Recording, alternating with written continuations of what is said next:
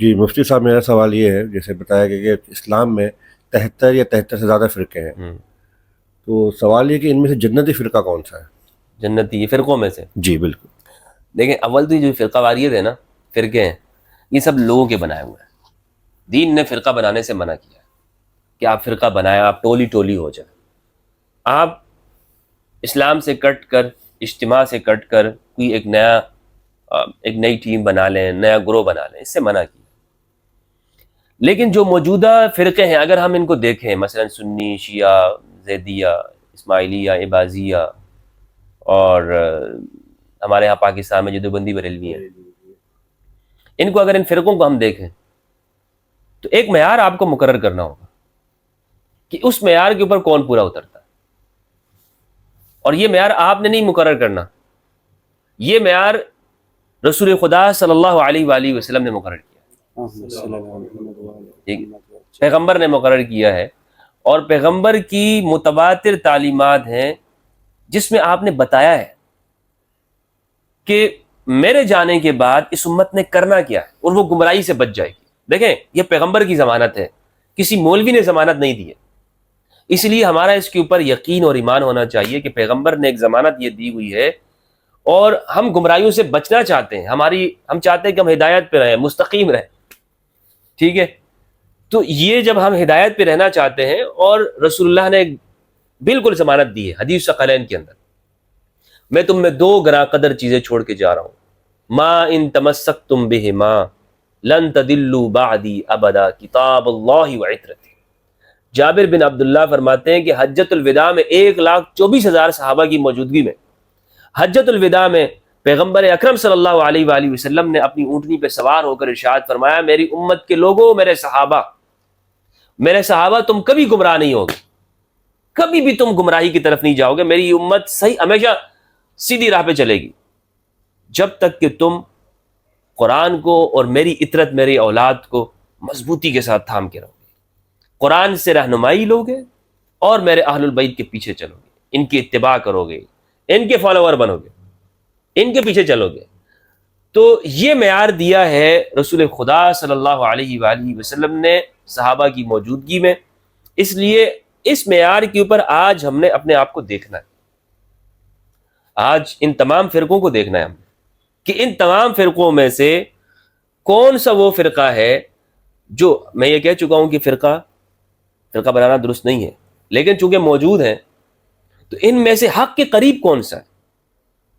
حق کے قریب، یہ نشانی رسول خدا صلی اللہ علیہ وآلہ وسلم نے بیان کی. ان میں سے حق کے قریب وہ ہوگا کہ جو قرآن اور اہل البیت کے ساتھ جڑا ہوگا، جس کی تعلیمات اکثر وہ قرآن سے لی ہوئی ہوگی، اپنی رائے کے اوپر نہیں ہوں گی، اپنے دماغ سے نہیں ہوگی، قرآن سے ہوگی، اور اہل البیت کی اتباع ہوگی زندگی. یہ نہیں کہے گا کہ اگر ایک طرف اسے امام حسین کی زندگی ہو اور دوسری طرف یزید جیسا لعین ہو، وہ یزید کو بھی رضی اللہ عنہ کہہ رہا ہوں. نہیں، وہ کہے گا حسین حق ہے، میں امام حسین کے ساتھ ہوں. تو مجھے بتائیں، اگر ایک فرقہ ایسا ہے کہ اس کے ماننے والے لوگ وہ یزید کے ظلم، یعنی اس کے پیچھے چل رہے ہوں، تو وہ کس طرح جنتی فرقہ ہوگا، وہ کس طرح حق ہوگا؟ معیار تو بعد کے سارے زمانوں میں 67 ہجری میں امام حسین نے اپنی قربانی سے بتا دیا بھائی، حسینیت اور یزیدیت. اب جو اہل البیت کے ساتھ ہے، امام حسین کے ساتھ ہے، وہ جنتی فرقہ ہے، اور جو ادھر یزید کے ساتھ ہے، بنو امیہ کے ساتھ ہے، ناصبیوں کے ساتھ ہے، وہ باطل فرقہ، جہنمی فرقہ ہے. یہ معیار ہے. یہ آپ یعنی نبی صلی اللہ علیہ وآلہ وسلم کے فرامین کی روشنی میں آپ دیکھ لیں، حدیث متواتر کی روشنی میں، کہ آپ اپنی زندگی میں قرآن سے رہنمائی لے رہے ہیں یا نہیں لے رہے.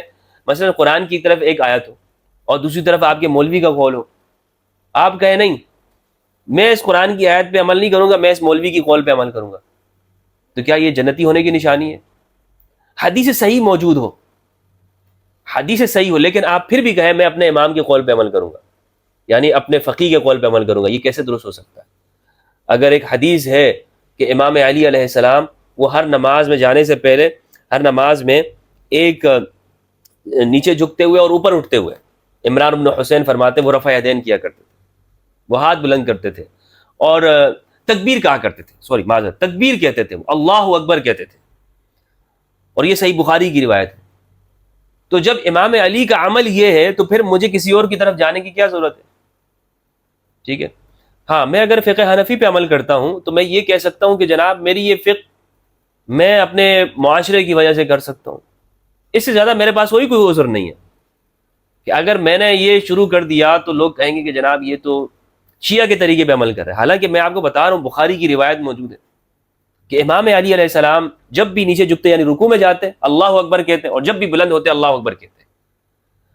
صحیح بخاری کی اس روایت کے ہوتے ہوئے ہم اپنے اماموں اور فقہا کے قول پہ عمل کرتے ہیں تو یہ اہل بیت سے دوری ہے، اہل بیت کی تعلیمات سے. لیکن اس میں پھر بھی میں یہی کہوں گا کہ مثلا جیسے ہم خود فقہ حنفی پہ عمل کرتے ہیں تو وہ اس وجہ سے کہ چونکہ ہمارا پاکستان کا اکثر حصہ وہ فقہ حنفی پہ عمل کرتا ہے سنیوں میں، تو وہ زندگی چونکہ اس سے ایک آسانی آپ کہہ سکتے ہیں، ایک آسانی ہے آپ کے لیے، آپ اپنے فیصلوں کے اندر آپ اپنے زندگی گزارنے میں آپ اس کے پیچھے چلتے ہیں. ورنہ تو جو قرآن و حدیث ہو اور پھر بھی آپ دوسری طرف جائیں یہ یعنی اہل بیت کی تعلیمات سے دوری ہوگی.